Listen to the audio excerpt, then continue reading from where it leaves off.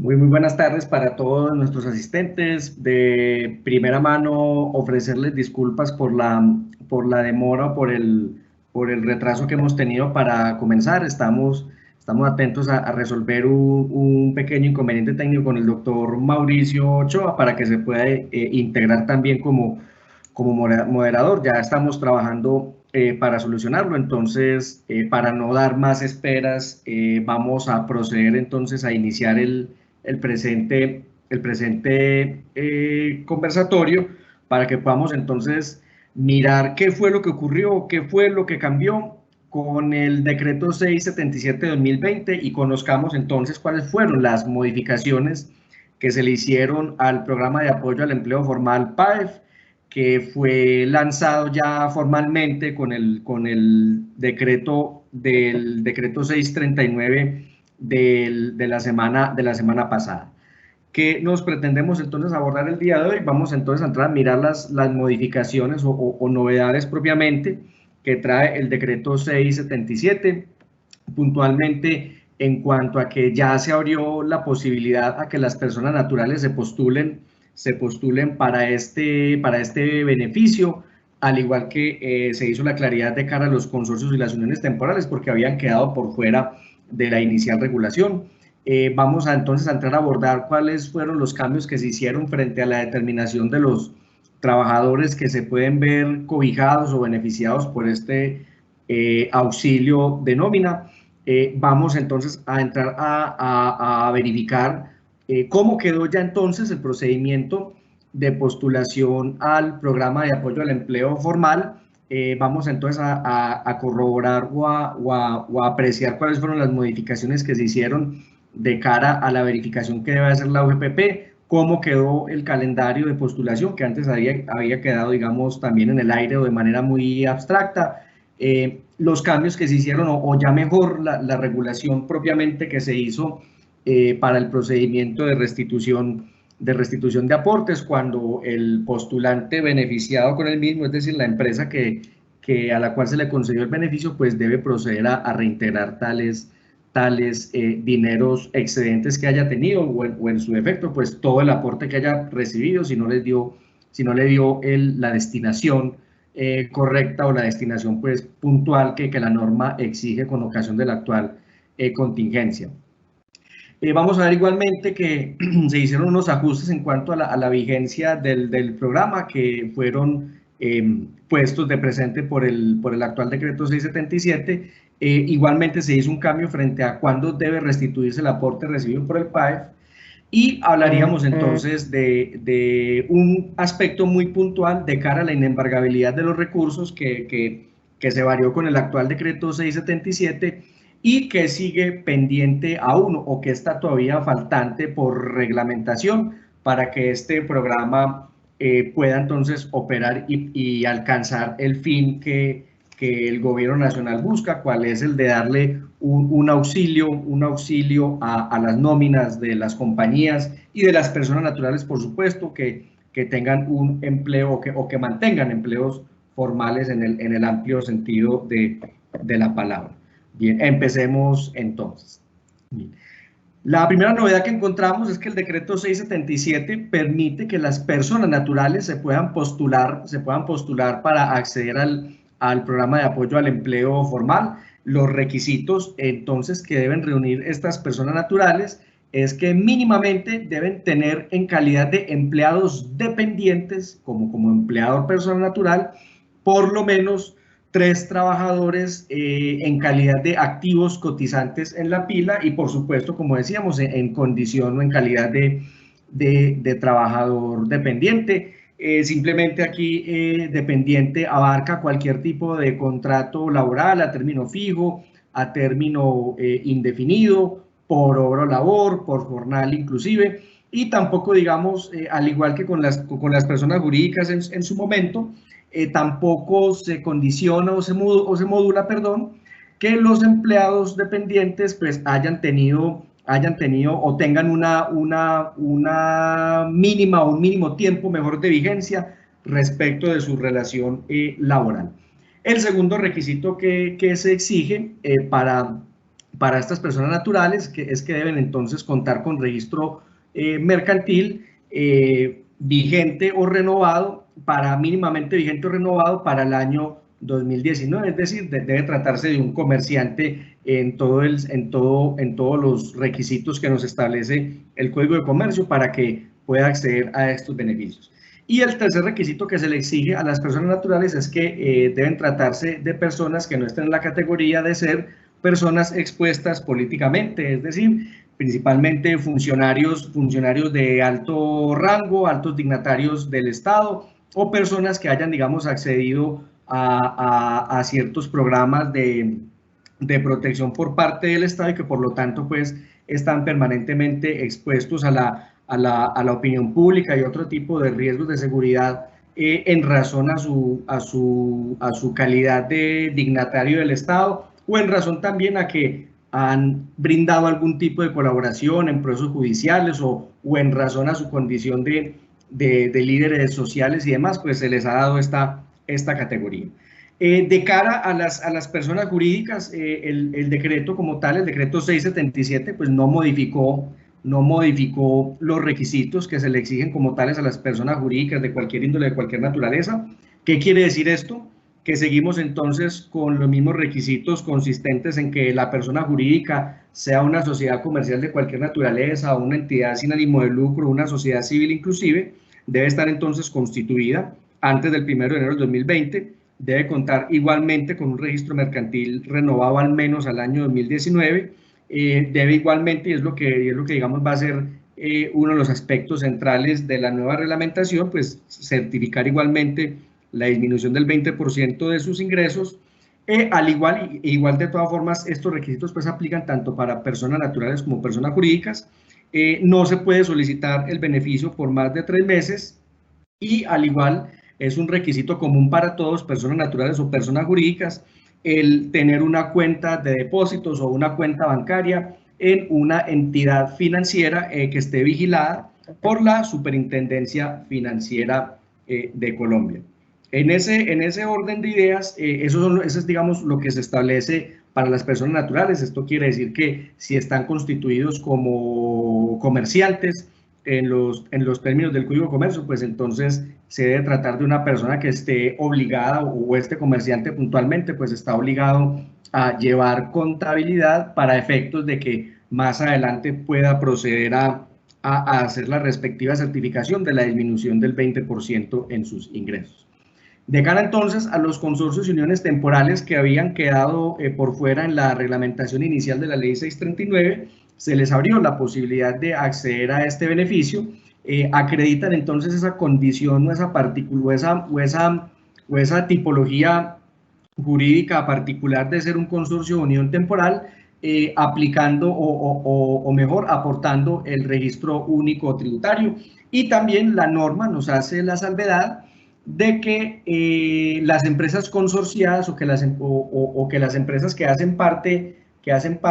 de dicha unión temporal o consorcio, pues no pueden aprovecharse, digamos, de esta doble condición de pertenecer a un consorcio o una unión temporal para pedir por doble vía el beneficio para sus trabajadores. Es decir, las compañías que hagan parte de estos consorcios y uniones temporales tienen que optar o bien por postularse el beneficio en su calidad o en su condición de pertenecientes a un consorcio, o bien lo pueden hacer como persona jurídica, pues independiente o aparte, porque de lo contrario, si se hace esta postulación doble como consorcio, como empresa consorciada y como empresa autónoma independiente, puede haber lugar el día de mañana a que la UGPP inicie su labor de verificación y de fiscalización de los requisitos para acceder a este programa. Entonces, adicional a los requisitos generales que mencionábamos, estar constituida antes del 1 de enero del 2020, contar con registro mercantil renovado mínimamente el año 2019 y demás, pues se añade, digamos, la documentación adicional o el requisito adicional de aportar el respectivo registro único tributario del consorcio o de la respectiva unión temporal. Bien. Ya entonces, en lo que fue entre ayer y antier, pues ya la UGPP sacó una circular en virtud de la cual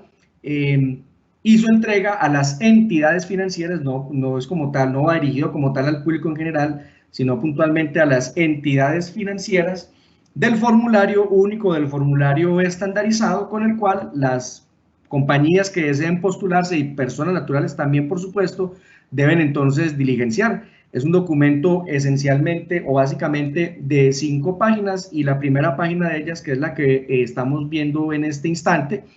nos indica los requisitos o los datos generales de identificación tanto de la persona jurídica como de la persona natural y por supuesto debe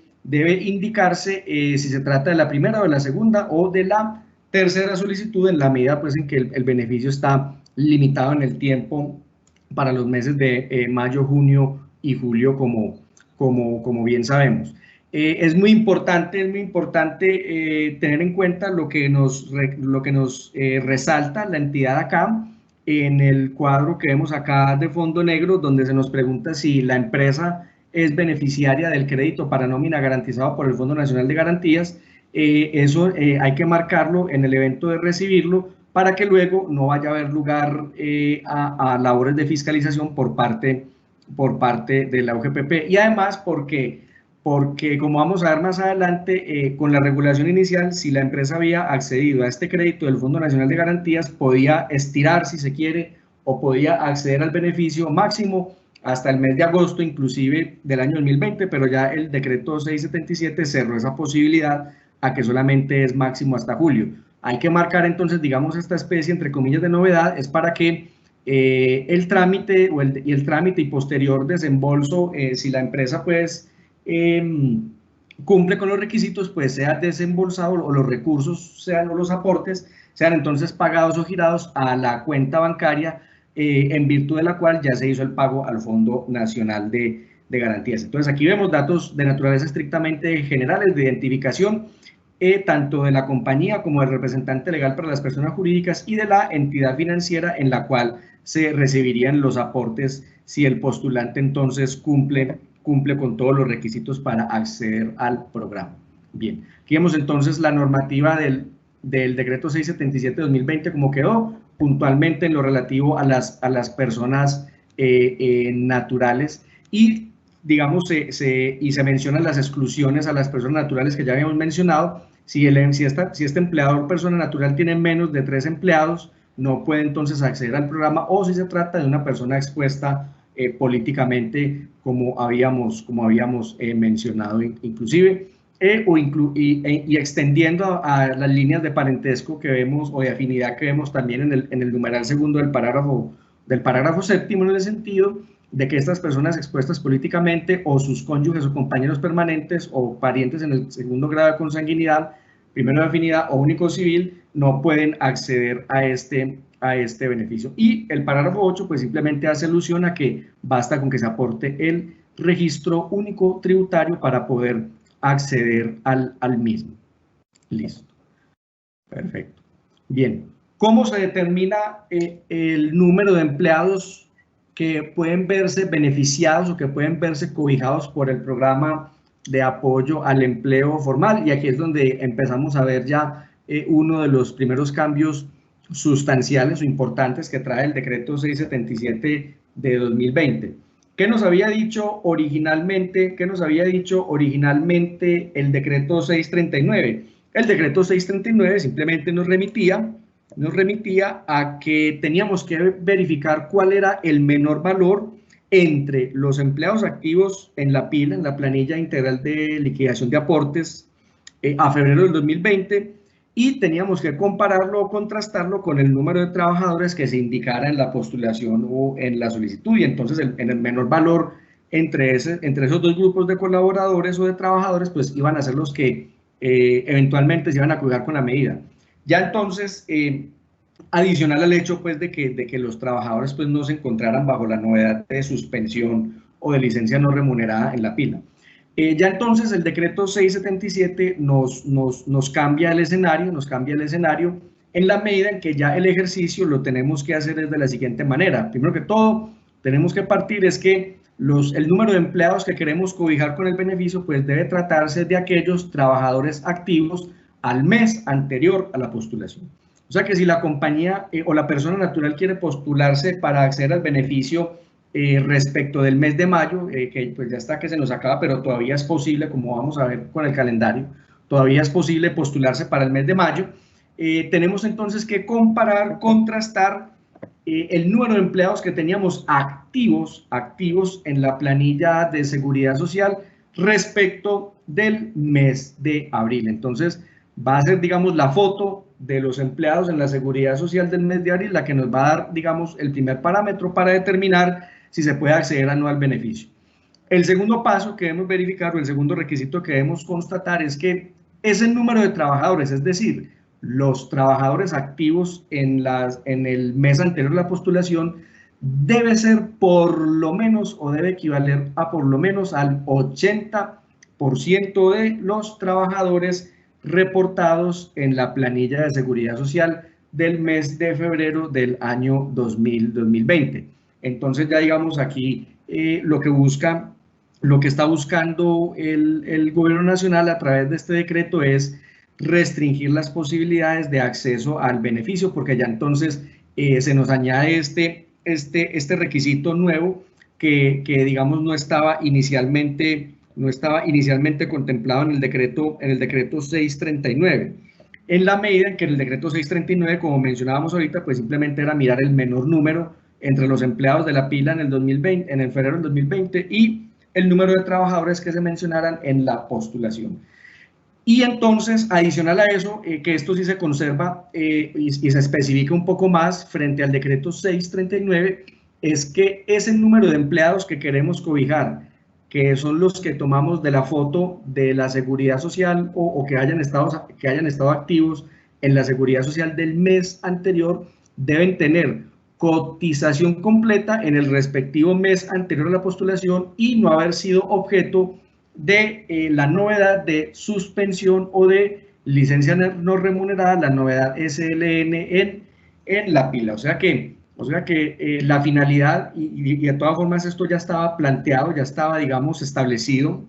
desde el mismo decreto 639, pues digamos que lo que se busca es en cierta medida premiar o en cierta medida permitirle o darle el auxilio, el respiro a las empresas que hicieron y que todavía están haciendo esfuerzos gigantescos descomunales para que, muy a pesar de que con el actual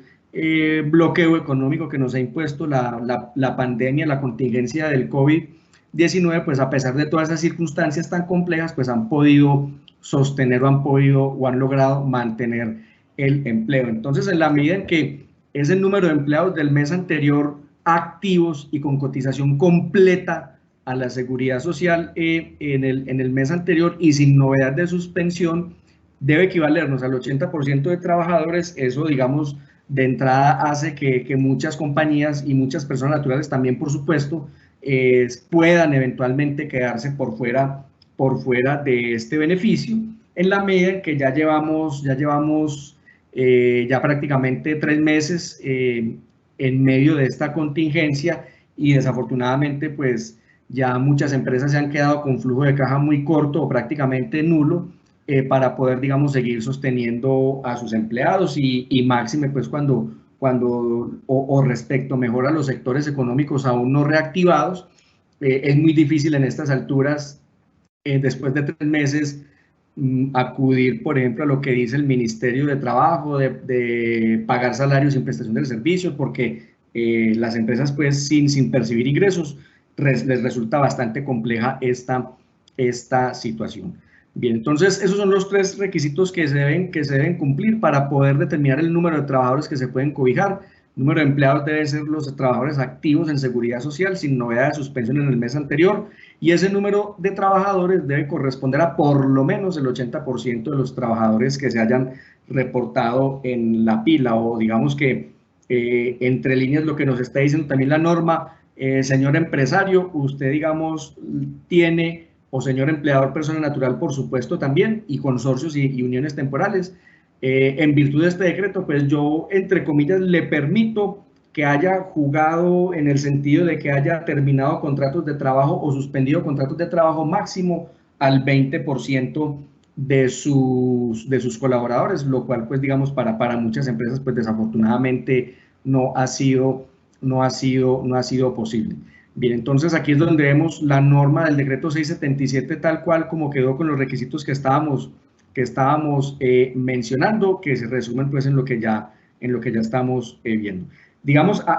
¿cuál es el razonamiento que están haciendo muchas empresas en este momento? Que, pues, que desafortunadamente para postularse para el mes de mayo, pues ya no les va a dar. Y teniendo en cuenta que las planillas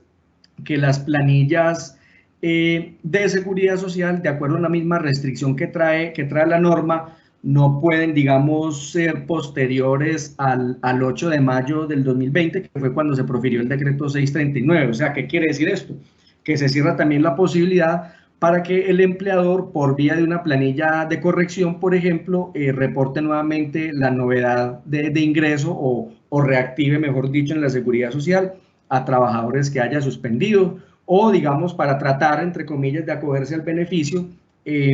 reporte, entre comillas, extemporáneamente con novedad de ingreso a trabajadores desde febrero o en el mes de abril, perdón, para, digamos, poder que le coincida esa mínima cantidad del 80% entre los colaboradores de febrero activos en la seguridad social y los colaboradores activos en el mes anterior a la postulación. O sea que no hay posibilidad en estos momentos de hacer, digamos, algún tipo de maniobra en ese sentido de, mediante una planilla N de correcciones, ingresar nuevos colaboradores o levantarles la novedad de suspensión o de licencia no remunerada a quienes ya la tuvieran. Bien. ¿Cómo es el procedimiento para postulación a este programa? Digamos que esencialmente sigue siendo el mismo, es decir, la compañía debe, o la persona natural debe acudir a su banco, donde tenga su cuenta de depósito bancario. Si la compañía tiene varias cuentas, pues, o varios productos financieros o de cuenta de depósito con varios bancos, pues deberá optar por alguno de ellos. La resolución, tanto este decreto como la resolución 1129 son claros en hacerle ver a los bancos que no debe ser causal de motivo o de rechazo de acceso al beneficio el hecho de que la compañía o que la persona natural no tenga entonces allí reportado o no tenga allí registrada su cuenta de pago de nómina. Puede ser cualquier tipo de cuenta de depósitos, ahorro corriente o lo que ofrezca la entidad financiera. La solicitud formal debe estar igualmente firmada tanto por el representante legal como por el revisor fiscal o contador de la compañía o de la persona natural, y, digamos, para tornar un poco más compleja la situación, y por eso nuestra invitación es a que seamos bastante juiciosos y bastante meticulosos con la información que se vaya a reportar, es que esa solicitud, junto con la certificación que ya vamos a mencionar de la disminución de los ingresos, ambos documentos se deben rendir bajo la gravedad del juramento, lo que quiere decir entonces que si el día de mañana, por un descuido pequeño o grande, en el peor de los casos, pues la UGPP, además de adelantar su labor de fiscalización, pues pudiera igualmente compulsar copias a la Fiscalía General de la Nación, toda vez que se intentó hacer, pues, algún tipo de fraude con la información, digamos, errónea o dispar o incorrecta que haya asentado la compañía o el empleador persona natural que esté entonces allí consignada. Entonces hay que ser bastantes cuidadosos, meticulosos con la información que se pone para evitar este tipo de dolores de cabeza a futuro, y sobre todo cuando la UGPP, más ahora con estas modificaciones y más ahora con la resolución 1129, la UGPP ha quedado como una entidad con unas facultades de fiscalización en cierto punto desmedidas, en la medida en que, o en tanto que todas las entidades financieras y la misma DIAN debe reportarle a la UGPP la información financiera que sea pertinente o que ella necesite para poder adelantar estos procesos de fiscalización, y para lo cual tendrá 3 años para poderlos adelantar. Bien. Entonces, esto, digamos, básicamente el paquetico, si se quiere, de documentos a presentarle al banco es esencialmente la solicitud formal firmada por el representante legal y aunado a la firma también del contador o del revisor fiscal. Adicionalmente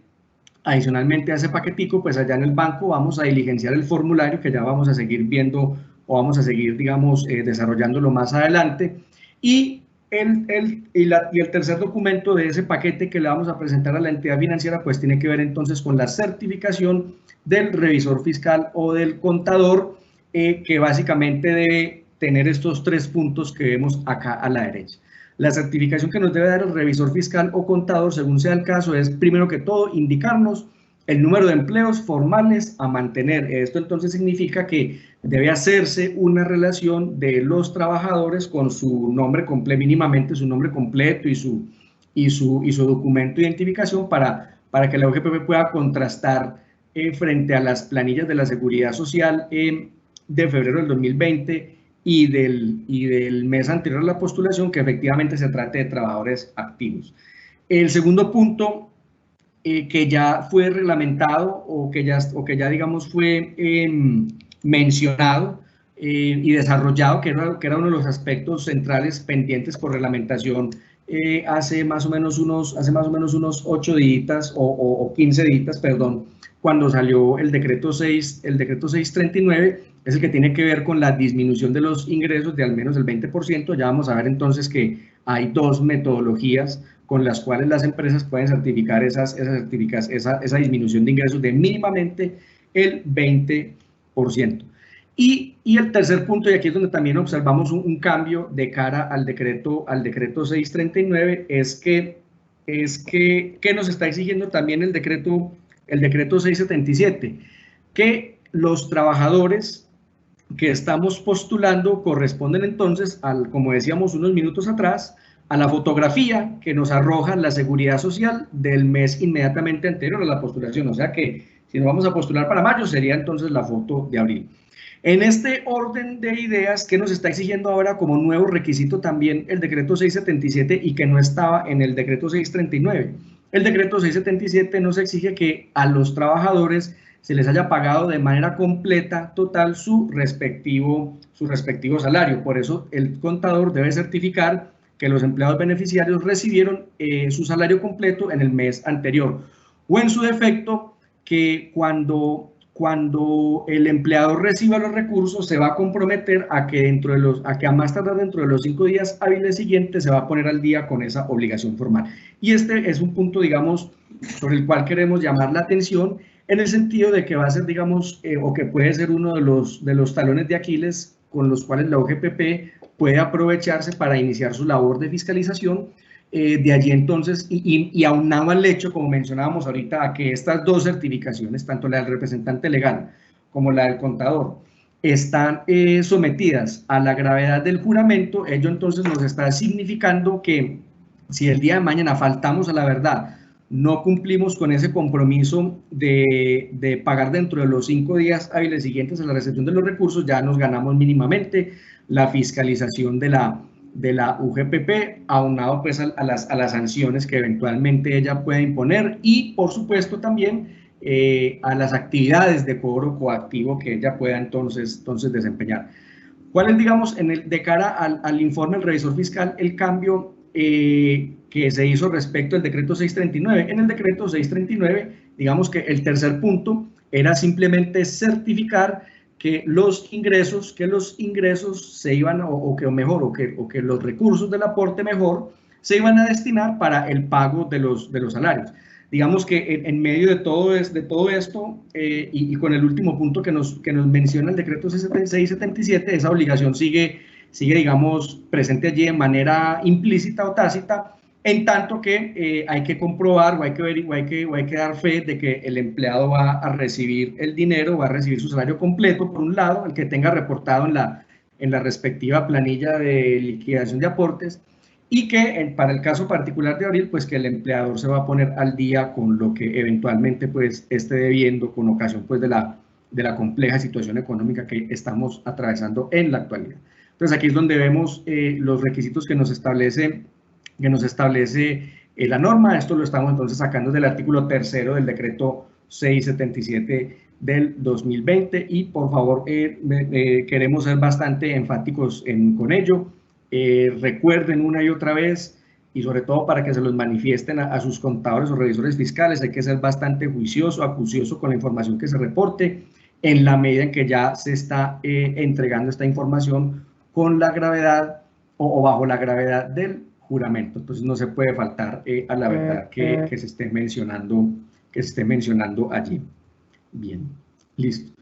Entonces ya entramos a lo que corresponde a la resolución 1129 del 20 de mayo, está recién salida, salió entonces el día de ayer, donde digamos el aspecto central de la resolución 1129 es que ella nos va a definir cuáles son los procedimientos o las metodologías mejor para poder calcular esa disminución de ingresos al 20, mínimamente del 20% que ha sufrido la compañía o el empleador persona natural o el consorcio o unión temporal, y es lo que digamos, o es uno de los requisitos que faculta a poder acceder a estos programas. Bien. ¿Cuáles son esas dos metodologías o esos dos mecanismos? Básicamente son los siguientes. El primero de ellos es que se debe comparar o se debe hacer el ejercicio de comparar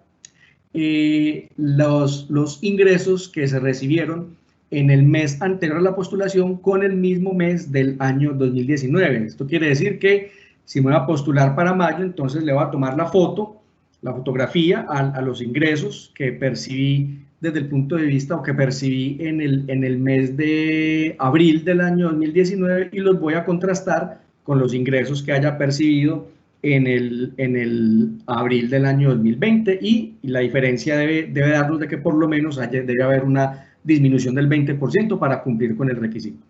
O la segunda metodología o la segunda mecánica para poder acceder al beneficio es que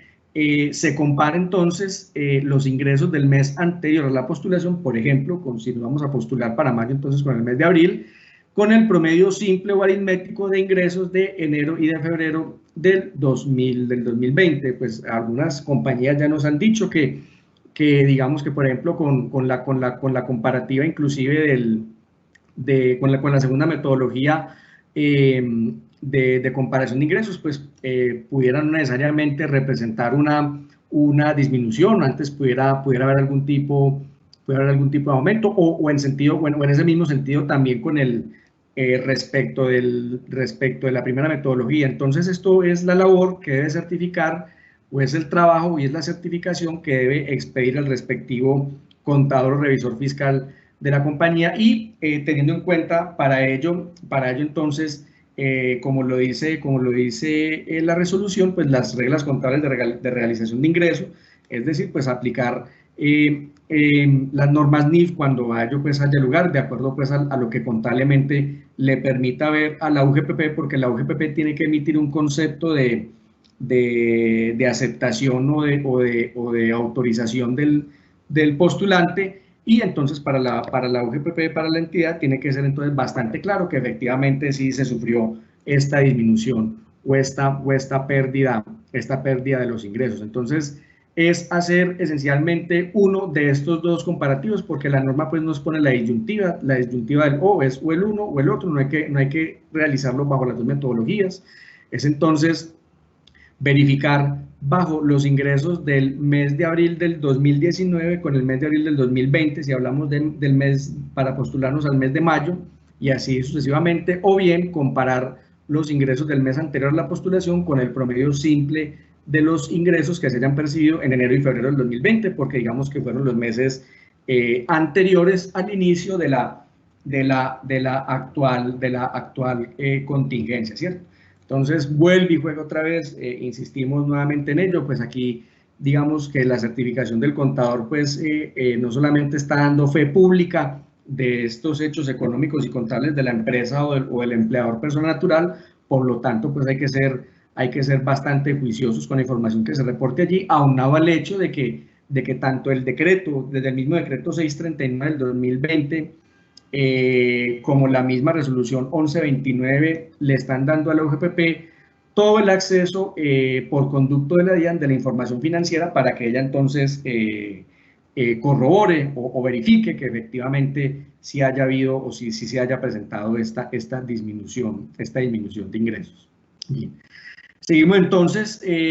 desarrollando o diligenciando el formulario de la UGPP. Ya la primera página que veíamos unos minutos atrás es la que correspondía a los datos generales de la empresa o de la persona natural y su representante legal. Ya entonces aquí es donde se debe empezar ya a manifestar o indicar que se cumplen con cada uno de los requisitos. En primer lugar, pues hay que marcar que efectivamente se encuentra con un producto de depósito, una cuenta de ahorro corrientes, ante un banco vigilado por la superfinanciera. En el caso de las personas jurídicas, pues hay que certificar que se haya constituido con anterioridad el 1 de enero del 2020 y ya sabemos entonces que el documento que nos prueba esa circunstancia o ese hecho es el respectivo certificado de existencia y representación legal o en el caso de las personas naturales, pues su respectiva fecha de inscripción en el registro mercantil que para ambos debe ser anterior al 1 de enero del 2020. Luego entonces debe indicarse o debe señalarse la disminución del 20% y debe señalarse o debe marcarse en el formulario bajo cuál de las dos modalidades que mencionábamos anteriormente fue que se calculó esa pérdida o esa disminución de los ingresos para poder acceder al beneficio. Bien, ya digamos hay que indicar si se trata de, por ejemplo, una sociedad de economía mixta, que por ejemplo el aporte del Estado no sea mayor al 50% de su capital. Muy importante este aspecto o este punto que vemos acá, que si se ha presentado esta misma solicitud en otra entidad financiera, sobre todo para, como mencionábamos al inicio, frente a las uniones temporales o los consorcios, para que los consorcios o la unión temporal defina muy claramente si se va a presentar como consorcio de unión temporal o si se va a presentar respecto de cada uno de sus trabajadores como empresa o compañía independiente. Bien, listo. Y el requisito adicional que se nos ponía, que era o el relativo únicamente para el mes de abril, para el pago de la nómina del mes de abril, es que se permite que a los 5 días después de recibir los ingresos, efectivamente el empleado se ponga al día con sus obligaciones. Ya, ya en la página siguiente, lo que observamos es entonces es si se cumple con el requisito para las uniones temporales o consorcios y el requisito adicional es simplemente aportar el registro único tributario y posteriormente pues indicar quiénes son las empresas o personas naturales consorciadas o que conforman la unión temporal o el respectivo consorcio. Y ya al final de esta página pues nos están preguntando respecto de las personas naturales si tuvo 3 o más empleados en la respectiva planilla o si es una persona políticamente expuesta. Bien. Correcto, ya luego ya se finaliza el formulario indicando entonces a los periodos a los cuales está postulando y ya por último se firma el respectivo documento y al final entonces y vuelve y juega otra vez la declaración bajo gravedad del juramento como lo vemos acá en la segunda página que efectivamente se cumplen con todos y cada uno de los requisitos que establece el respectivo, tanto el decreto 677 como la resolución 1129. Recordemos nuevamente que este formulario, entre comillas, pues no está disponible al público general, pues obviamente la UGPP lo publicó, pero a la larga el mismo va a ser diligenciado como tal ante la entidad financiera, pero nada obsta pues a que se lleve el mismo ya debidamente diligenciado y firmado al momento de presentar la postulación a la respectiva entidad financiera. Bien, vamos entonces a mirar cuál sería como si se quiere, esa lista de chequeo con la cual la UGPP nos adelantaría eventualmente, o mejor dicho, esta sería la lista de chequeo con la cual la UGPP va a adelantar posteriormente la verificación del cumplimiento de los requisitos, tanto del decreto 639 y principalmente los establecidos en el decreto 677. Si bien la UGPP, dentro del trámite que está designado o diseñado internamente entre la entidad financiera, la misma UGPP y el Tesoro Nacional al momento de desembolsar los recursos, pues la UGPP tiene que entregar un certificado de conformidad al banco para que el banco luego tramite la cuenta de cobro ante el Banco de la República para el desembolso de los recursos, muy a pesar de que la misma UGPP hace, digamos, esta especie, si se nos permite, de auditoría previa a la concesión del beneficio, pues ella de todas formas posteriormente en los 3 años siguientes, finalizados a la vigencia del programa de apoyo al empleo formal, es decir, después de julio en adelante va a tener 3 años, o sea, hasta julio del 2023 para seguir fiscalizando. ¿Cuál va a ser entonces esa lista de chequeo que nos va a correr la UGPP? En primer lugar, lo que mencionamos ahorita, no puede haber ningún tipo de modificaciones a la pila puntualmente, tanto la de febrero como la correspondiente al mes anterior de la postulación, no puede haber ningún tipo de modificación con posterioridad al 8 de mayo del 2020, que era lo que mencionábamos ahorita unos minutos atrás, que la finalidad de esto es evitar que más adelante la compañía no vaya a reactivar trabajadores, no vaya a reingresar colaboradores bajo una planilla N de correcciones, porque digamos que la idea es verificar que en efecto los trabajadores cobijados y beneficiados con el PAE pues han sido los colaboradores que el empleador ha venido sosteniendo en todo este tiempo de la contingencia. El segundo aspecto que nos va a verificar la UGPP es que el ingreso base de cotización que estén reportados en las respectivas planillas de liquidación de aportes, pues correspondan mínimamente al salario mínimo. No puede haber un ingreso base de cotización por debajo del salario mínimo, pues inclusive pues la misma planilla pues no deja por regla general introducir o digitar un ingreso base de cotización mínimo al mínimo, es decir, inferior al mínimo. Este aspecto es muy importante y es en lo que con esta nueva reglamentación, digamos, desafortunadamente, pues muchas empresas se van a rajar, es porque se debe haber cotizado el mes completo, porque, por ejemplo, y es lo que, por ejemplo, le puede pasar a muchas constructoras. La construcción privada, recordemos, se reactivó con el decreto 593 del 2020 y este decreto salió el 24 de abril, y fue el que le dio ya la luz verde, el semáforo verde a las constructoras para que a partir del 27 de abril pudieran entonces reactivar sus labores y demás, cumpliendo con todos los protocolos de bioseguridad que seguramente hemos oído mencionar. Entonces, estos trabajadores reactivados a partir del 27 de abril, pues ya digamos, le tornarían imposible a esa empresa constructora, por ejemplo, postularse para el mes de mayo, ya tendría que esperar hasta el mes de junio porque ya no va a poder cumplir con el requisito de haber cotizado con el mes completo. Bien, el cuarto requisito o el cuarto aspecto que nos tiene que chulear la UGPP es que los beneficiarios deben efectivamente figurar como empleados dependientes del postulante, y es por eso la importancia de las dos fotografías que debemos llevarle a la UGPP o que la UGPP va a verificar. ¿Cuál fotografía? Primero que todo, la fotografía que está en la planilla de liquidación de aportes del mes anterior a la postulación y la fotografía de la planilla de aportes del mes de febrero del 2020, y que, como mencionábamos, y que vuelve y lo insiste, y vuelve y en ello insiste la circular, la resolución, perdón, 1129,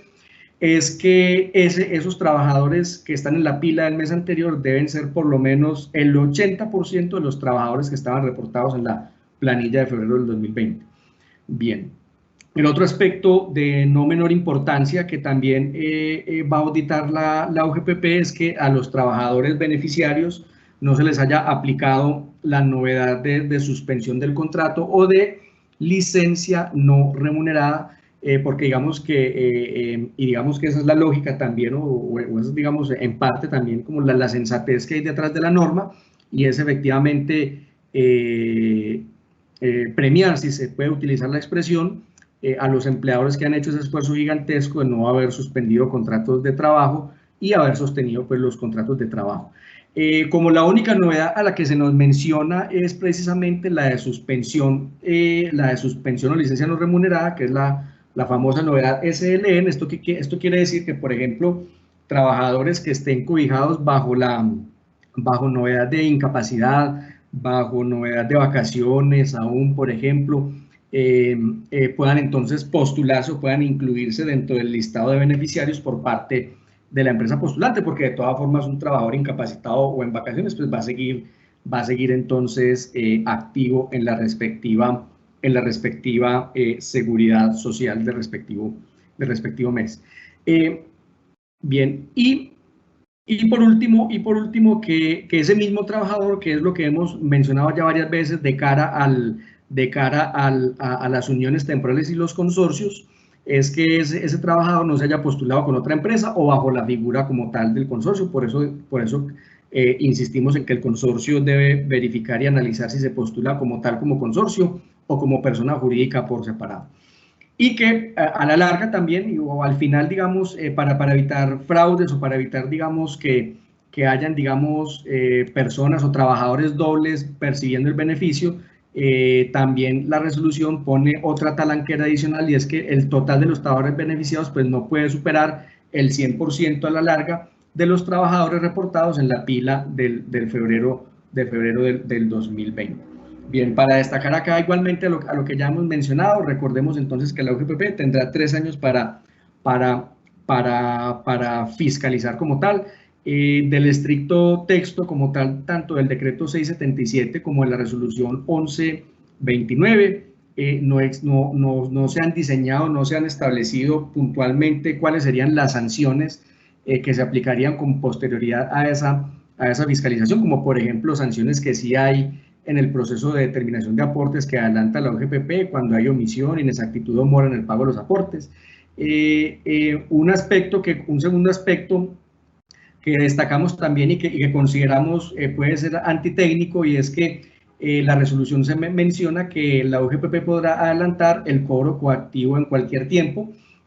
Obviamente esto hay que entenderlo o comprenderlo en el sentido de que si la UGPP puede adelantar el cobro coactivo es porque ya finalizó previamente el procedimiento administrativo de fiscalización del PAEF, y por lo tanto pues ya habría un acto administrativo ejecutoriado a partir del cual la UGPP puede adelantar este proceso coactivo, pero igualmente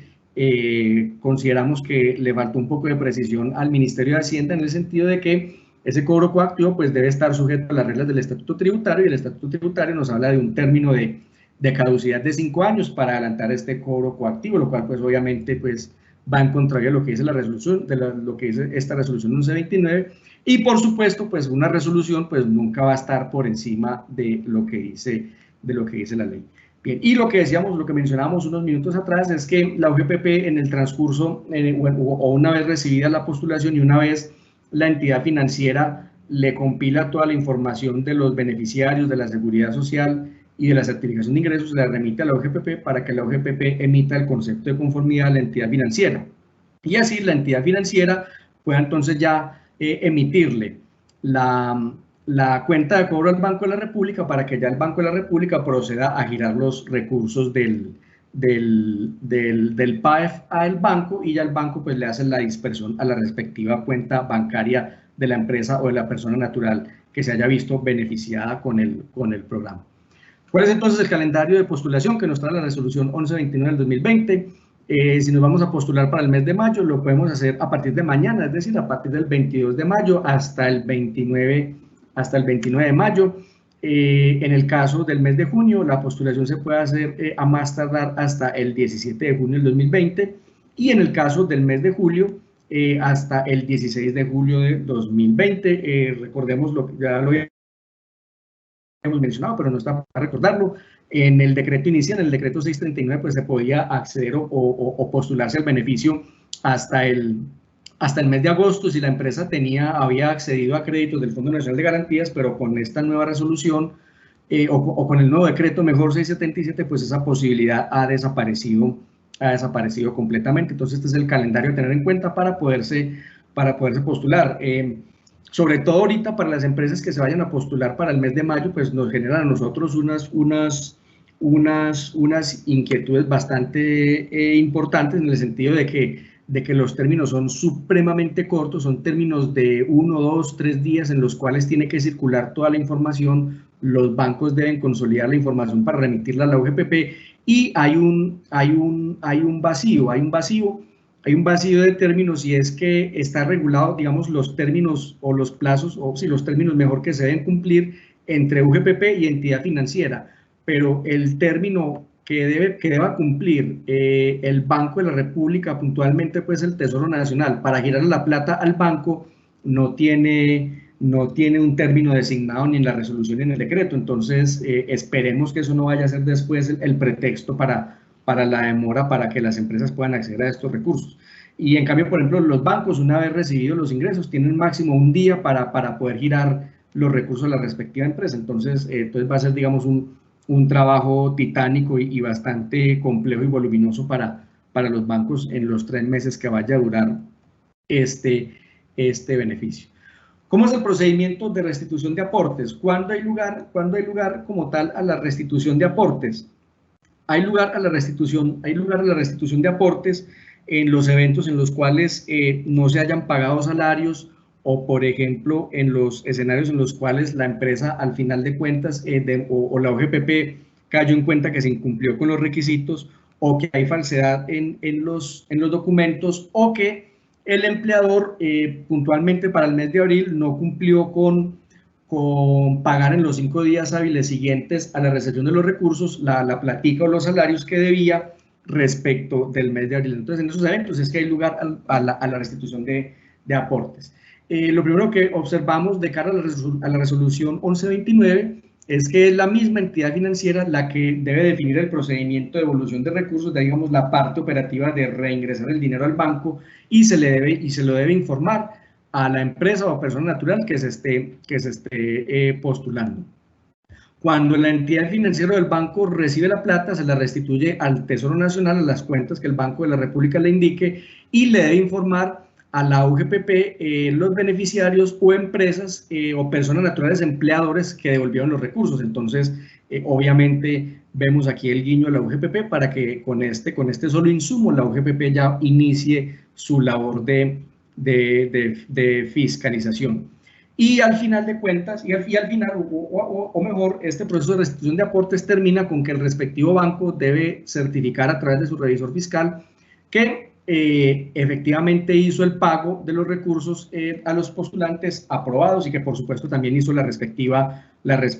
devolución al Tesoro Nacional, para que después, digamos, el mismo banco no vaya a terminar siendo también auditado o fiscalizado por la misma OGPP, porque digamos que esa posibilidad quedó igualmente abierta, porque la OGPP puede fiscalizar tanto a quien recibió el aporte, al beneficiario del aporte, como a la entidad financiera, igualmente, sin perjuicio pues de las competencias que tenga también para tal fin, por ejemplo, la superintendencia financiera. Bien, la vigencia del programa, creo que ya lo habíamos adelantado unos minutos atrás, unas cuantas diapositivas atrás, ya no existe la posibilidad de extender el beneficio hasta agosto. El beneficio o el programa mejor va a estar vigente por los meses de mayo, junio y julio del año 2020, muy a pesar de que varias empresas o muchas empresas mejor han tramitado créditos con el Fondo Nacional de Garantías, como digamos como un plus al haber solicitado esa línea de créditos blandos con el Fondo Nacional de Garantías. El decreto 639 permitía la posibilidad de extender el beneficio hasta agosto, pero ya el decreto 677 del 2020 cerró esa posibilidad. Seguramente, pues, digamos, los cálculos al interior del Ministerio de Hacienda, pues, dieron para que, o concluyeron que de pronto el Estado no iba a contar con los recursos necesarios sin desmejorar otro tipo de prioridades o de necesidades, garantizando el beneficio por un mes más. Entonces, el programa está para mayo, junio, julio y julio del 2020, cumpliendo ya con todos los requisitos que conocemos. ¿Listo? Esta es la norma entonces que nos habla de que solo se puede solicitar por un máximo de 3 veces y por los meses de mayo, junio y julio del año 2020. Bien. Aún esto ya nos lo habíamos adelantado: cuando se deben restituir los aportes, cuando no hay pago de salarios, cuando se hayan incumplido los requisitos o cuando haya habido falsedad en documentos. Digamos, este es un aspecto también bastante complejo, bastante delicado, porque digamos que la falsedad en documentos pues va a ser simplemente la sola afirmación o la sola atestación que haga la entidad financiera o el banco, en el sentido de que, por ejemplo, la pila es falsa, por ejemplo, la certificación del revisor fiscal o del contador es igualmente falsa, o cualquier otro documento que se haya aportado que el banco haya requerido que el postulante haya aportado. Es decir, ya prácticamente, si se nos permite la expresión, pues la misma entidad financiera o el banco se convirtió en una especie de juez para calificar la falsedad o no del documento, y por supuesto para activar el proceso de fiscalización, el procedimiento administrativo de fiscalización ante la OGPP. Y como mencionábamos ahorita, si en el transcurso de un mes a otro, pues digamos, hubiesen existido mejor cambios en la nómina por retiros de trabajadores o por reingresos o por incapacidades, por ejemplo, por otras circunstancias, pues ya desapareció esa causal de devolución del aporte, de devolución parcial de los aportes, por las novedades que se pudieran presentar en la respectiva nómina. Digamos que también guarda cierta lógica, porque como la nómina debe coincidir con la del mes inmediatamente anterior, pues digamos que no, en teoría no debería porque, digamos, existir esas, digamos, esas variaciones de nómina respecto de un mes a otro, porque la nómina del mes anterior se utiliza como la fotografía para determinar el número de empleados a beneficiar. Bien. Listo, esta es la misma norma entonces del decreto 677 que nos establece entonces cuando hay lugar a restablecer o a devolver los aportes, ¿cierto? Recordemos que el beneficio como tal en sí no es propiamente dicho un préstamo que le hace el Estado a la compañía, sino que se trata es de que los recursos recibidos se utilicen para precisamente poder ayudarle al empresario o al empleador a pagar los respectivos salarios. Y si no se cumple con esta finalidad, pues ahí es cuando hay lugar a la devolución de los referidos aportes. Y digamos que el decreto 639 al final del mismo pues trae una serie, digamos, de regulaciones varias en cuanto, por ejemplo, a la exención de gravámenes, del gravamen a movimientos financieros o del 4 por mil, la misma quedó en pie. Lo único que se cambió fue este aspecto de cara a la inembargabilidad de los recursos girados en virtud del programa de apoyo al empleo formal, y es que en el decreto 639 se hablaba de que esos recursos eran inembargables por tiempo indefinido, es decir, mientras el empleador los tuviera y luego pues hiciera la respectiva dispersión de nómina a sus colaboradores. Pero ya ahora, digamos, esa circunstancia cambió y es que ya esos aportes o esos dineros solamente van a tener la naturaleza de inembargables solamente por 30 días a partir de su recepción por parte del empleador, persona jurídica o persona natural. Entonces, lo que puede, digamos, a la larga eventualmente, sobre todo a compañías que pudieran estar en procesos de insolvencia o que estén también bajo medidas de embargos judiciales, y al cabo de los 30 días no se le da la destinación oportuna y pertinente de estos recursos, pues digamos, se pudiera correr el riesgo de que tales recursos del PAE pues sean entonces girados a otra entidad para una finalidad totalmente distinta, y eso ya de suyo automáticamente prácticamente le está abriendo la puerta, le está tocando la puerta a la OGPP para que venga a fiscalizar, y máxime cuando, digamos, los motivos que va a tener la UGPP para iniciar esta labor de fiscalización pues son realmente casi que circunstancias objetivas frente a las que va a haber, digamos, el día de mañana muy poco margen de maniobra o de defensa, pues eventualmente cuando la entidad inicie esto. Y lo complejo que va a ser, como mencionábamos ahorita, entrar en la discusión de si hubo o no, perdón,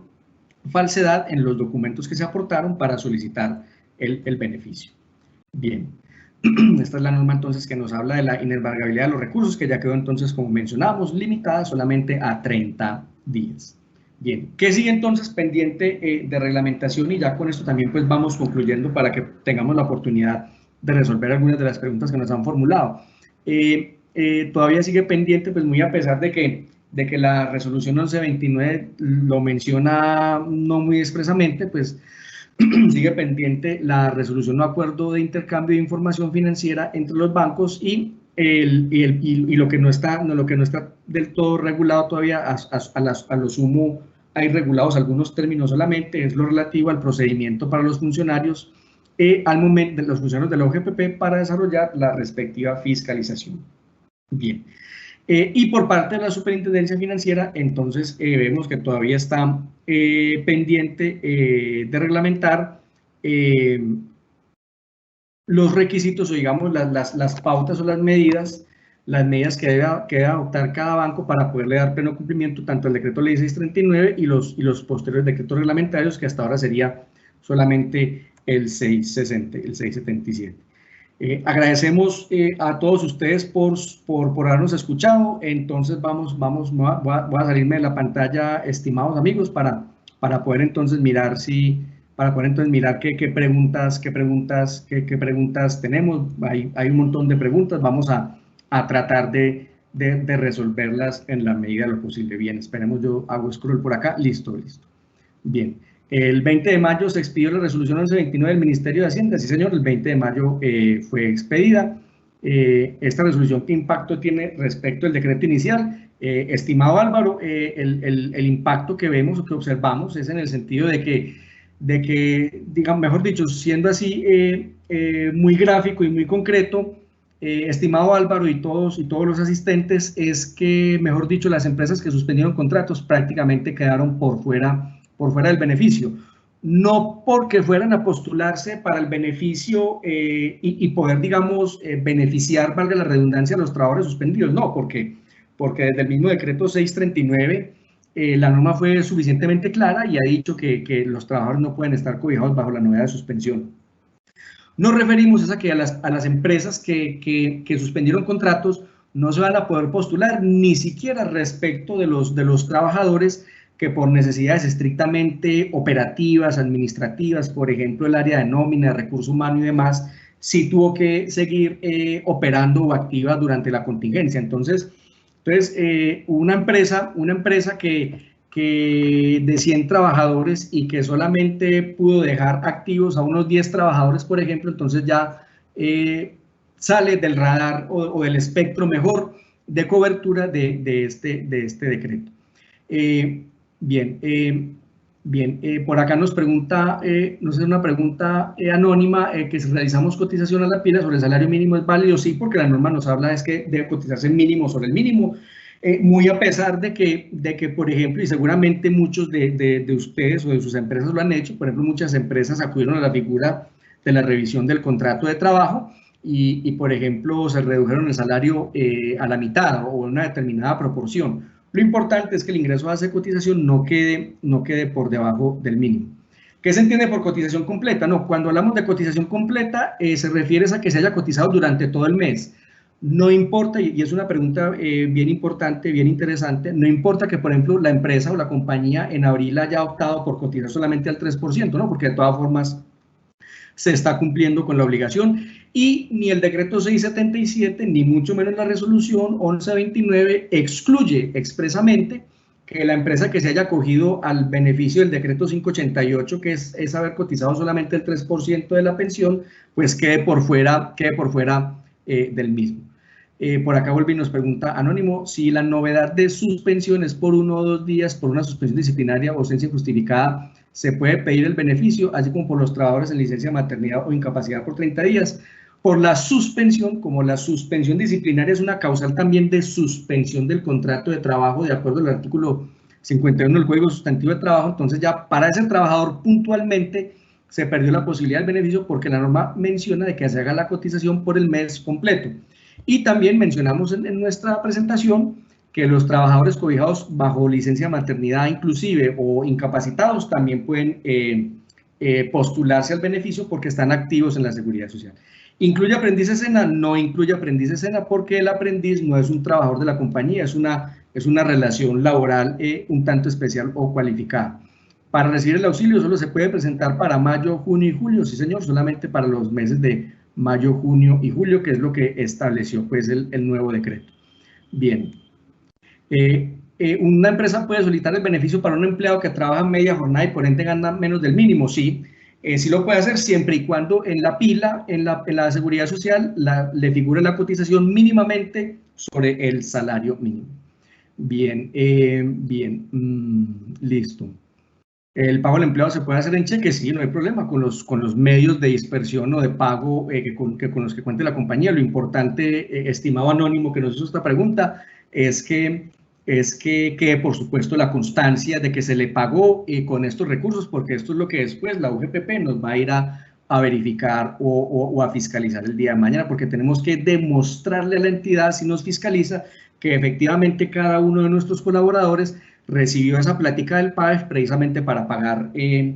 para pagar salarios, que esa plata no se nos vaya a, digamos, a diluir o no se nos vaya a ir de las manos pagando a proveedores, arriendos, servicios públicos, materia prima, etc. Bien. Bien, una empresa puede acceder, nos pregunta Carolina, a este beneficio en mayo y para este mismo mes pactar con todos los empleados una disminución de salarios. Es perfectamente posible. Lo importante es que no se nos pierda el norte de que en la seguridad social siempre aparezca la cotización mínimo sobre el mínimo y como mencionábamos ahorita, que fue también alguna de las preguntas que se hicieron, es que la cotización debe ser sobre el mes completo. Es incoherente la reglamentación sobre la certificación, nos dice o nos comenta el doctor Rodolfo, él no puede tener injerencia y competencia para certificar que se van a mantener los empleos requeridos o que se pagarán los salarios adeudados. Sí, estamos totalmente de acuerdo, doctor Rodolfo, esa no es la labor de un revisor fiscal, pero eso es lo que está exigiendo por ahora tanto el decreto como la resolución. Al hacer la postulación, ¿se debe pagar el salario completo al trabajador? Sí, sí, se debe pagar el salario completo al trabajador. No significa que solamente se le va a pagar el 40%, es decir, los 351.000 pesitos que llegarían con ocasión del subsidio. No hay que pagar el salario completo porque se trata de un auxilio de nómina, no de reemplazar o de disminuir temporalmente el salario. Bien. Cuando se habla de ingresos se hace referencia al total de los mismos. Eso se entiende en la resolución, porque en principio era sobre las ventas, es decir, ingresos operacionales. Disnardo, no, pues la norma no hace esa distinción. Si la norma habla de ingresos, pues se puede incluir todo tipo de ingresos que hayan entrado o ingresado, valga la redundancia, a la compañía. Ingresos brutos o netos, en la misma pregunta, en el mismo sentido de la respuesta anterior, señor Anónimo, no, la norma no hace esa distinción, a no ser que de pronto ya aplicando, pues ya digamos, el aspecto técnico contable, pues que establece la misma norma, pues sí surja como esa conclusión, pero como tal el texto propio de la resolución, no. Si el pago de la nómina se hace antes de la presentación de la solicitud, se debe cancelar a todos los empleados. Si el pago de la nómina se hace antes de la presentación de la solicitud, se debe cancelar a todos los empleados. Sí, de todas formas hay que cancelarlo porque ¿qué me va a exigir a mí tanto el banco como la UGPP? Que yo haya demostrado que pagué la totalidad de los salarios del mes anterior al cual me estoy postulando. Al hacer la comparación de empleados, abril versus mayo, tengo menos empleados en abril que en mayo. ¿Puedo pedir el subsidio? Sí, efectivamente, puedo pedir el subsidio. Recuerda que hay que comparar dos fotos. La foto de la Seguridad Social de abril, de los trabajadores activos y con la cotización del mes completo del mes de abril, y la cotización de los trabajadores que se hizo en su momento en febrero del 2020. Y la foto de abril, en la foto de la Seguridad Social de abril, tienen que estar por lo menos el 80% de los trabajadores que estaban en el mes de febrero del año 2020. Bien, ¿qué más nos preguntan por acá? Por temas de incapacidades. No, las incapacidades como tal no son un recurso del Estado, porque precisamente para eso cada empresa hace el aporte para poder subsidiar las respectivas incapacidades. Bien, se tiene que demostrar, nos pregunta Liliana, se tiene que demostrar que ese reembolso se efectuó para pagar salarios, se puede destinar para pagar seguridad social u otras obligaciones que tiene la empresa. Muy buena pregunta, Liliana. No, la norma nos habla muy específicamente y muy puntualmente de que debe tratarse de una destinación específica para pago de salarios, no se le puede dar una destinación diferente. Si la empresa está atrasada en pago de salarios, es precisamente lo que permite el decreto puntualmente para el mes de abril, solamente para el mes de abril, y es que a los 5 días siguientes a la recepción de los recursos, la empresa tiene que ponerse al día con los salarios que deba del mes de abril puntualmente y tener esa prueba, esa constancia por si el día de mañana se hace la fiscalización. Bien. Las empresas que hayan optado por hacer el aporte del 3%, bueno, esto ya lo respondimos. No, ¿qué pasa si me postulo con un porcentaje por debajo del 80% de trabajadores? No hay ningún, no se cumpliría con la finalidad de la norma, porque la norma nos habla de que los empleados que estén activos en el mes anterior a la postulación sea por lo menos, sea mínimo el 80% de los trabajadores que estén en febrero del 2020. Bien. En los formatos de la circular, nos pregunta Claudia,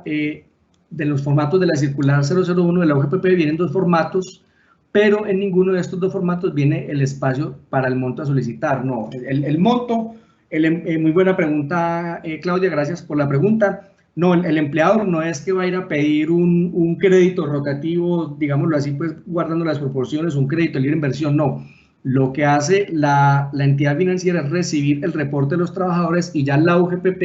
es la que verifica si se cumplen los requisitos y es la UGPP la que dice, listo, de este número de trabajadores accedo al beneficio y ya sabemos que ese beneficio es el 40%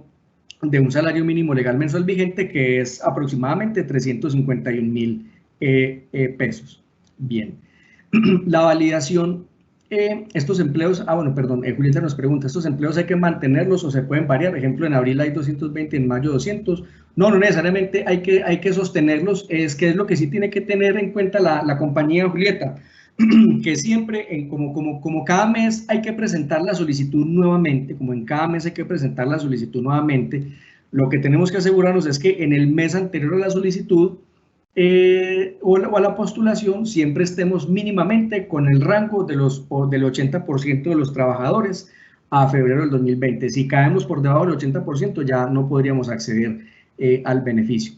La validación de la disminución del 20% debe revisarse durante esos 3 meses, es decir, que es posible que para la fecha 2 ya no aplique el beneficio. Anónimo, eso depende de la metodología que se haya escogido, porque mira que hay dos metodologías. Comparar la del mes anterior a la postulación con la de ese mismo mes en el 2019 o comparar la del mes anterior con la del promedio aritmético simple de los meses de enero y febrero del año 2020. Entonces, tenemos que postularnos con la metodología que nos dé mínimamente esa pérdida o esa disminución mejor de ingresos del 20%. Vuelve y pregunta Julieta por acá. Es modificación de la planilla o pago de la planilla. Se pagó la planilla y por error no se le pagó un empleado, se verificó y se pagó ese empleado. Pues al menos para el mes para la postulación para el mes de mayo ya no se reciben planillas con posterioridad al 8 de julio. Si vamos a hacer correcciones a las planillas, las podemos hacer y hagámoslas lo más pronto posible.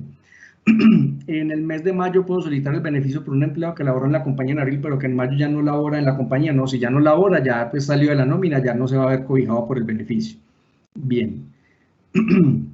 Bien, ¿contra qué meses se comparan dichos meses, mayo, junio y julio? No te entendí la pregunta de Liliana. Si el empleador suspendió contrato pero sigue pagando la seguridad social, ¿se puede postular? No se puede postular porque la norma nos exige que los empleados beneficiarios o que se vayan a beneficiar estén activos en la seguridad social, es decir, que tenga cualquier otra novedad menos la de la suspensión. Como nos preguntaba alguien ahorita, puede ser que esté incapacitado, puede ser que esté en vacaciones, pero que no vaya a estar suspendido. El representante legal debe hacer un certificado diferente al del revisor fiscal. Más que certificado, es una solicitud, una carta formal en la que se explique o en la que se haga pues como tal la petición de acceso al beneficio. Entonces, por eso la que mencionábamos ahorita, que el paquetico de documentos que hay que llevarle al banco es el siguiente: la solicitud del representante legal, la certificación firmada tanto por el representante legal como por el revisor fiscal o contador de la empresa o de la persona natural empleadora, con el listado de empleados que se van a beneficiar y con la certificación de la disminución de los ingresos, y esto es lo que se hace bajo la gravedad del juramento. Y a eso también hay que anexarle la Cámara de Comercio o el registro mercantil según aplique, o el RUT si es una unión temporal o un consorcio. Y adicional a eso tenemos que llevar la seguridad social del mes de febrero del 2020 y la seguridad social del mes anterior a la postulación. Si bien la UGPP puede cruzar esa información porque ya tiene acceso a todos los operadores de información de la seguridad social, pues no está de más con que se deban aportar. Bien, si en abril no tendré suspensiones, pero en mayo sí, y eso refleja una disminución mayor del 50% comparado con febrero, ¿qué implicaciones tiene? Pues me imagino que estás hablando, señor Anónimo, de la disminución de los ingresos. Si es una disminución del 50%, pues estamos cumpliendo porque la norma nos exige es que sea de mínimo del 20%. Si la nómina se pagó antes del desembolso del auxilio, ¿sí podríamos utilizar el recurso para el pago de otras obligaciones? No, mucho cuidado con eso, estimados compañeros, No se le puede dar un uso distinto al del pago de salarios y el decreto 677 no modificó la naturaleza pública de los recursos que se reciben con ocasión del PAEF. Entonces hay que ser supremamente cuidadosos con eso, porque entonces tanto el representante legal como el contador o el revisor fiscal el día de mañana pudieran verse sometidos a unas responsabilidades penales bien delicadas por darle un uso indebido a recursos con destinación específica. Pues de pronto, no sé, me perdonarán los penalistas, no sé hasta qué punto pudiera hablarse inclusive de algún tipo de peculado, por ejemplo, si se le da una destinación diferente a estos recursos. Bien, bien, si el trabajador presentó novedad de retiro de la empresa en alguno de los meses de postulación, no se puede solicitar para el mismo mes de retiro. Lo importante frente a la novedad de retiro es que el trabajador haya laborado el mes completo, porque si laboró el mes completo, pues va a tener derecho al salario completo y se habría lugar a pagar ese beneficio. Los formatos tampoco preguntan, nos pregunta Claudia, por cuántos trabajadores vamos a solicitar. No, el formato no lo indica, ese dato lo das, Claudia, en la certificación del revisor fiscal e inclusive también en la solicitud del representante legal, donde tú debes decir o debes manifestar los trabajadores y el listado de esos trabajadores que se van a beneficiar. Los aprendices SENA, no, nuevamente los aprendices no son trabajadores, no son empleados, luego no están cobijados por este beneficio. Bien. Estamos obligados a pagar la nómina por la cuenta donde desembolsen el auxilio, ¿no? Ya eso es un aspecto meramente operativo, pues, de la compañía, pues, mirando de pronto las repercusiones que eso pueda tener desde el punto de vista contable, pero no, se puede pagar por cuentas diferentes y teniendo en cuenta y recuerden que la exoneración del 4 por 1000 es entre la entidad financiera y la empresa. De la empresa hacia los trabajadores ya no existe esa exoneración. Por acá nos pregunta otra vez, señor Anónimo, el comparativo se tiene que hacer es con la Seguridad Social de febrero, queriendo decir que se toma como base los trabajadores por los cuales se pagó Seguridad Social en febrero y ahí se determina cuánto es el 80% que vamos a solicitar, el subsidio de los meses de abril, mayo y junio. Efectivamente, recordemos que hay que tomar dos foticos, la del mes anterior a la postulación, por ejemplo, si nos vamos a postular a mayo, entonces para abril, y los trabajadores que estén activos en abril sin novedad de suspensión, tiene que ser por lo menos el 80% de los trabajadores que estaban en el mes de febrero del 2020. La cotización completa, se me perdió la pregunta, la cotización completa debe ser a todos los subsistemas, sí, a todos los subsistemas, salud, pensiones, ARL, riesgos laborales, cajas de compensación familiar para fiscales, por supuesto. Bien. No, recordemos que las licencias no remuneradas es una suspensión del contrato de trabajo. Luego, esos trabajadores que se cobijaron por licencia no remunerada no pueden beneficiarse con el programa. Bien. ¿En qué parte se informan los trabajadores? En la certificación que debe firmar el revisor fiscal y el contador de la compañía. Bien.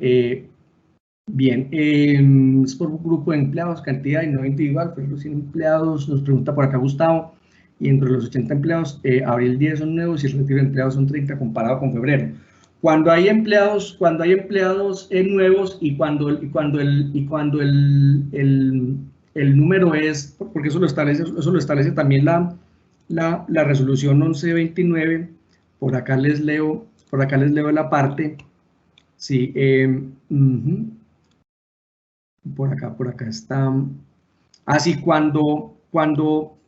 la UGPP determine que se debe tener en cuenta un número de empleados menor al número total de los empleados registrados en la nómina del mes inmediatamente anterior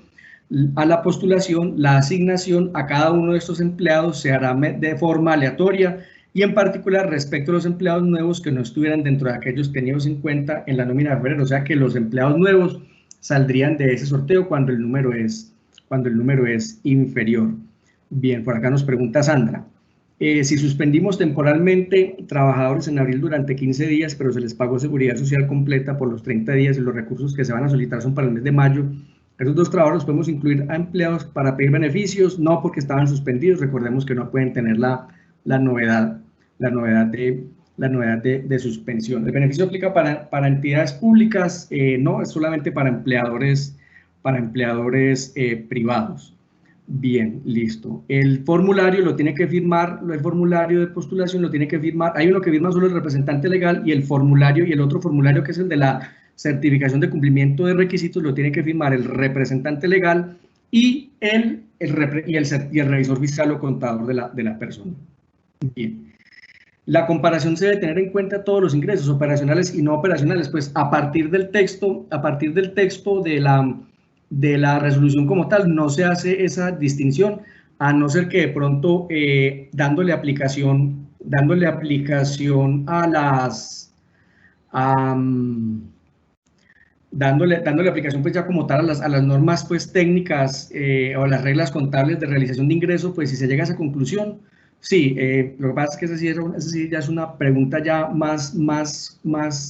poco más compleja, más técnica, pero en principio la norma no distingue. Bien, yo creo que esas han sido todas las preguntas. No sé, estimados asistentes, si de pronto tienen alguna otra inquietud que queramos resolver. Les agradecemos enormemente su asistencia. Bueno, por aquí han llegado por ahí unas 2 o 3 preguntitas. Si en abril tuve varias licencias no remuneradas, pero en el mes de mayo no se realizaron licencias, ¿hay algún inconveniente? Hay algún inconveniente en el sentido de que ya para el mes de mayo ya no me puedo postular, me podría postular en junio respecto del mes de mayo. Si la nómina de abril fue cancelada en su totalidad, pierde el derecho, no necesariamente, pero la OGPP sí puede concluir que como se pagó toda la nómina, pues el empresario no estaría como tal en una circunstancia de necesidad económica de acceder al beneficio, y más bien lo que puede hacer la OGPP es recomendarle que se presente para el mes siguiente. Bien, listo. Aquí nos pregunta Álvaro Castañeda, para aplicar el beneficio en los meses de junio y julio, la comparación de ingresos es mayo 2020 contra mayo 2019 o contra promedio de enero-febrero de 2020 y de junio de 2020. Esa decisión la toma la empresa de la mano con el análisis que haga su respectivo contador o revisor fiscal, en aras a que con alguna de esas 2 metodologías nos dé por lo menos la disminución del 20% de los ingresos que nos exige la norma para poder acceder al beneficio. Bien. Listo. Bueno, nuevamente les agradecemos enormemente por habernos acompañado en este rato, con estas breves reflexiones y comentarios de cara al programa de apoyo al empleo formal. Nuevamente pues les ofrecemos disculpas por el retraso que tuvimos al inicio. Esperamos que esta información sea de bastante utilidad para todos ustedes y por favor no duden en llamarnos y en comunicarse con nosotros para poderles asesorar y acompañar en todo lo que ustedes requieran en medio de esta contingencia. Sigámonos cuidando en nuestros hogares, atendiendo todas las medidas de bioseguridad que el Gobierno Nacional dispone. Sigamos trabajando fuertemente. De estos momentos aciagos saldremos fortalecidos y sigamos teniendo mucha resiliencia. Y nuevamente les quedo muy agradecido. Les habló Sebastián Betancourt. Muchas gracias y una feliz noche.